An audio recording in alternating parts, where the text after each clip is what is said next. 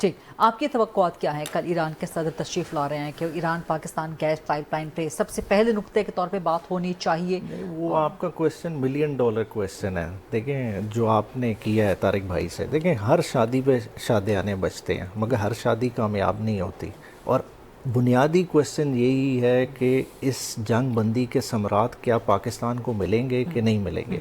سب سے پہلا عوام کی ایکسپیکٹیشن کیا ہے؟ کیا ایران کے ساتھ آپ کی تجارت کھلے گی؟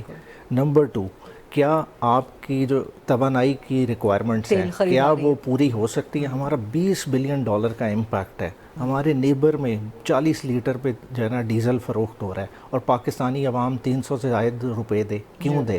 تو یہ اس چیز کی طرف جو ہے نا دیکھتے ہیں. پھر بلوچستان کی دہشت گردی، اس کے بھی روک تھام میں بہت زیادہ عمل دخل ہے ہمارے اپنے ایک گرد و نواح کا، اور اس کی طرف بھی ہماری نظر جانی چاہیے. اور اگر ہم ایران کے ساتھ ایک اکنامک کوریڈور بنانا چاہتے ہیں تو بلوچستان کو ہمیں دہشت گردی سے پاک کرنا ہوگا. اور سب سے بڑا جو پاکستان قوم دیکھتی ہے، دیکھیں آپ بالکل پرائیڈ لے رہے ہیں کہ ہم اوپر کی سطح پہ ہیں، مگر خالی اوپر کی سطح پہ ہونے کا مقصد نہیں ہے، ساتھ ہے کہ فضا میں پرواز نہ کریں، آپ کے پیر زمین پہ ہیں کہ نہیں ہیں. اس میں سب سے ضروری کیا ہے کہ گلف میں جو ابھی آپ کی ریسنٹلی انگریس ہوئی ہے، کیا آپ اپنی وہ پوزیشن برقرار رکھ سکیں گے کہ نہیں؟ کیونکہ امریکہ کی پوزیشن کو بڑا ڈیمیج ہوا ہے. امریکہ اگر نیٹ سیکیورٹی پرووائڈر نہیں ہے تو کیا پاکستان وہ رول ٹیک اپ کر سکتا ہے؟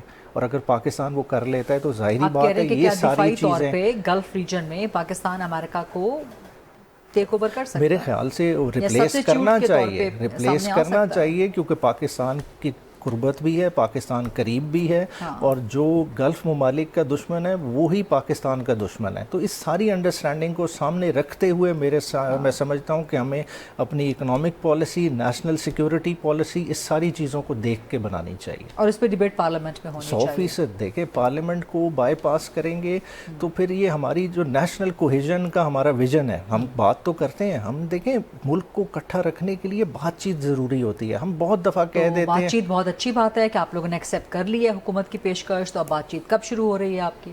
یہ تو طارق بھائی زیادہ بہتر بتائیں گے، ملاقات کرانے سے قاصر ہے. دیکھیں ایک اتنی امپورٹنٹ بات ہے مذاکرات کی، ہم بار بار کہہ رہے ہیں، وزیر اعظم کو بیک ٹو بیک آئے ہیں پارلیمان میں ایک دن کے وقفے سے، اور دونوں دفعہ مذاکرات کی آفر دی ہے، مگر اس دوران جو کہ آج آپ لوگوں نے قبول کر لی. دیکھیں مگر کل منگل بھی ہے، منگل کی طرف بھی تو دیکھنا پڑے گا نا. کیا منگل کو وکلاء کو ملاقات کرنے دیتے ہیں؟ کیا بہنوں کو ملنے دیتے ہیں؟ دیکھیں 7.5 ماہ نہیں شروع ہوئے نہیں، مگر یہ دیکھیں نا سی بی ایمز ہوتے ہیں نا، کانفیڈنس بلڈنگ میجرز. ابھی دیکھیں امریکہ کے کہتے ہیں وہ کنڈیشنل کہتے ہیں، کنڈیشنلٹیز وہ تو کنڈیشنل کی بات ہی نہیں. میں تو کہہ رہا ہوں یہ تو سائیڈ لائن کی، یہ تو بات پی ٹی آئی کو کہنی بھی نہ پڑتی، یہ تو انہیں خود سے کر دینی چاہیے تھی. کہ مطلب یہ تو ایسی بات ہے کہ آنکھ کے اشارے سے ہو جاتی، مگر پتہ نہیں ایسی کیا مجبوری. مذاکرات پہ آپ میں سے کس کے ساتھ ہوں گے؟ بیرسٹر گوہر کے ساتھ ہوں گے، اچکزئی صاحب کے ساتھ ہوں گے، علامہ راجہ ناصر عباس کے ساتھ ہوں گے، یا سہیل آفریدی کے ساتھ ہوں گے؟